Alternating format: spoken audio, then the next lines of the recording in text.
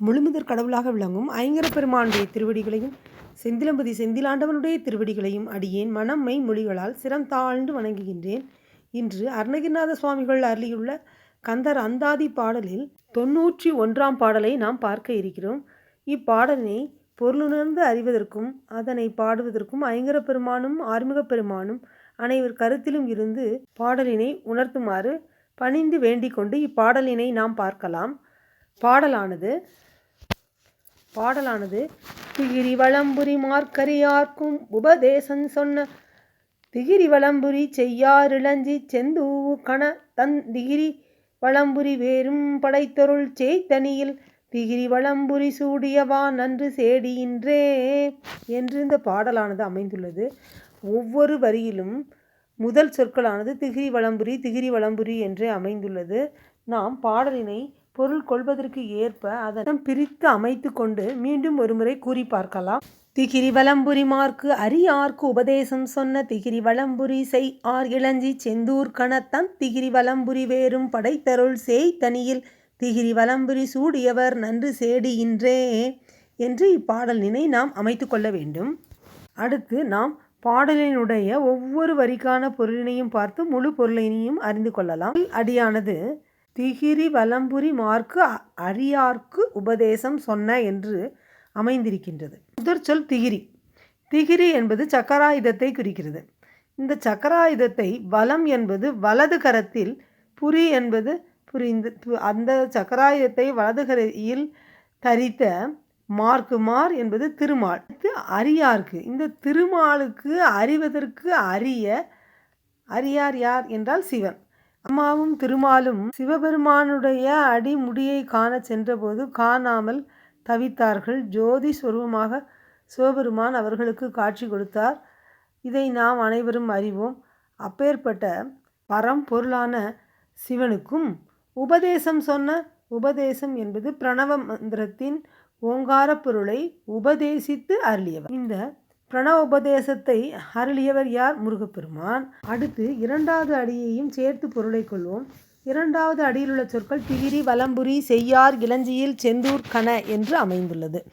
இதில் உள்ள திகிரி என்பது சுவாமிமலையை குறிப்பிட்டு கூறியிருக்கிறார் நம் அருணகிரிநாத சுவாமிகள்.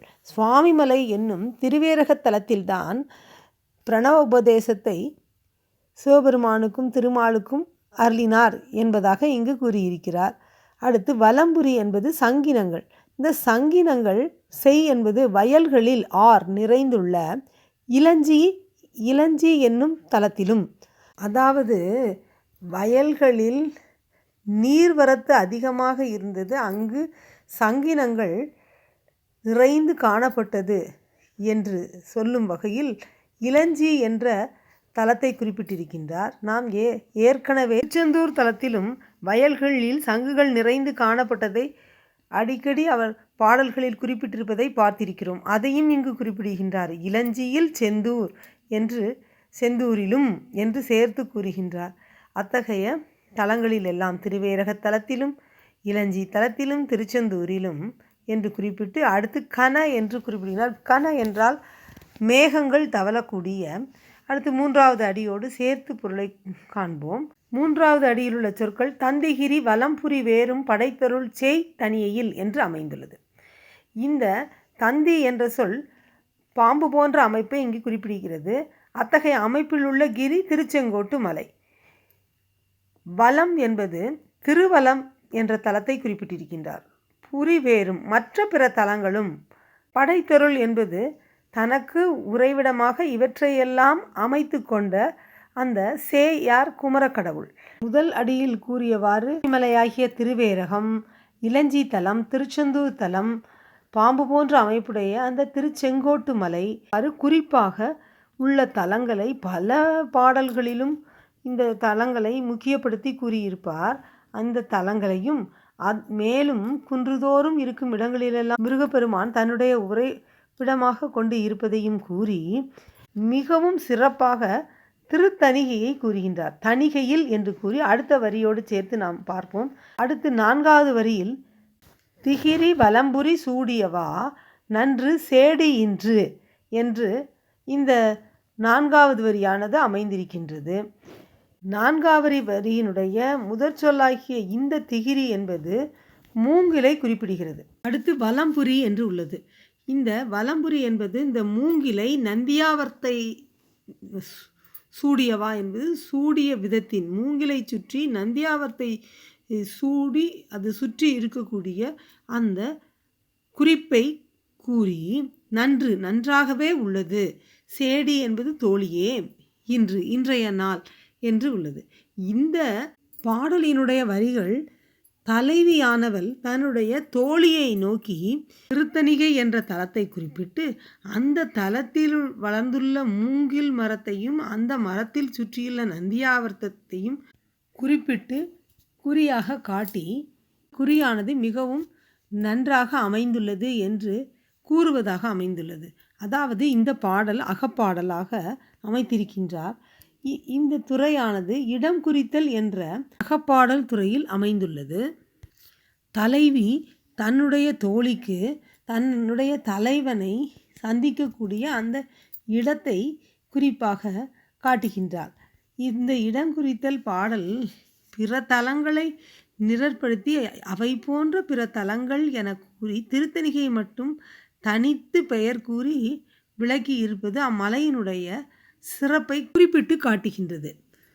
கந்த புராணத்தில் மலைகளில் சிறந்தது தணிகையே என்று கூறியிருப்பது சுந்தரகிரி தொல்புவி தனிற்பல எனினும் இந்த வெற்பினில் ஆற்றவும் மகிழ்ச்சியுண்டமக்கே என்று முருகப்பெருமானே வள்ளியம்மைக்கு எடுத்துரைத்ததாக கந்தபுராணம் இந்த செய்தியை காட்டியுள்ளது.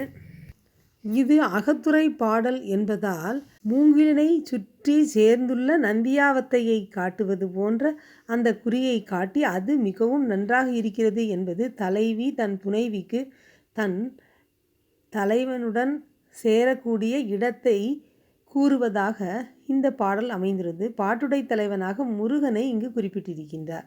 இச்செய்யில் தரும் அகப்பொருள் துறையை தேவாரத்தில் ஆளுடை பிள்ளையாராகிய நம் திருஞான சம்பந்த பெருமான் 2ஆம் திருமுறையில் கூறியிருக்கின்றார். குன்றியூ குடமூக்கிடம் வலம்புறம் குலவிய நெய்த்தானம் என்று ஊர்களிலோ என்றும் இயம்புவர் இமையவர் பணி கேட்பார் அன்றியூர் நமக்குள்ளன அருகிலோம் வளஞ்சுழி அரணார்பால் சென்ற ஊர்தனில் தலைப்படலாம் என்று சேயிலை தளர்வாமே என்று, அதாவது குன்றியூர் குடமுக்கு வலம்புறம் நெய்த்தானம் போன்ற ஊர்களில் விளங்கும் பெருமான் என போற்றி விண்ணோர் வணங்கும் பிரான் இல்லாத ஊரை யாம் அறியவில்லை. உமையம்மையார் திருவலஞ்சுழியில் வீற்றிருக்கும் இறைவன்பால் சென்று அணைந்து அப்பிரான் மேவும் பிற தலங்களிலும் பெருமாட்டியும் அணைவாம் என கொல்லும் மாண்பு இடத்தை குறிப்பாக காட்டி கூறியிருப்பது. முதல் வரியில் திருமாலை கூறும் பொழுது திருமாலினுடைய வலதுகரத்தில் சக்கரம், அது வடிவார் சோதி வளத்துறையும் சுடர் ஆழியும் பல்லாண்டு என்று பெரியாழ்வார் திருப்பல்லாண்டு பாடியிருப்பார். நம் திருமாலுக்கு சிவனுக்கு உபதேசித்த வரலாற்றை சுவாமிமலையில் அவர் உபதேசம் செய்ததை அநேக திருப்புகளில் அருணகிரிநாத சுவாமிகள் கூறியிருப்பார். சிவனார் தமக்குரிய உபதேச வித்தையருள் திருவேரகத்து வரு பெருமானே என்று கூறியிருப்பார். குரு வெற்பிலுரை சிற்பரமருக்கு ஒரு குருக்களன முத்தர்புகள் தம்பிரானே என்று கூறியிருப்பார். முருகப்பெருமானுக்கு பல தலங்கள் உரியனவாய் உகத்தானதாய் இருந்தும் அவர் தணிகையில் இடம் குறித்தார் என்றதனால் தணிகையே முருகப்பெருமானுக்கு மிக உகந்த தலம் என்று இந்த பாடலின் மூலமாக அறிய முடிகிறது. திருத்தணிகை திருப்புகளிலேயே இருப்பவள் திருப்புகழ் விருப்பமொரு படிப்பவர் இடுக்கினை அரித்திடு என ஓதும் என்று தொடங்கக்கூடிய திருப்புகளில் கைலாய பொறுப்பினில் இருப்பவர் பருப்பத உமைக்கொரு புறத்தினை அளித்தவர் தரிசேயே புயற்பொழில் வயற்பதி நயப்படு திருத்தணி பொறுப்பினில் விருப்புறு பெருமாளே என்று கூறியிருப்பார். கைலாய பொறுப்பினில் இருப்பவர் என்பது வெள்ளிமலையில் வீற்றிருப்பவர் சிவபெருமான். அது தூய வெண்மையானது. தூய்மையில்தான் இறைவன் இருப்பான்.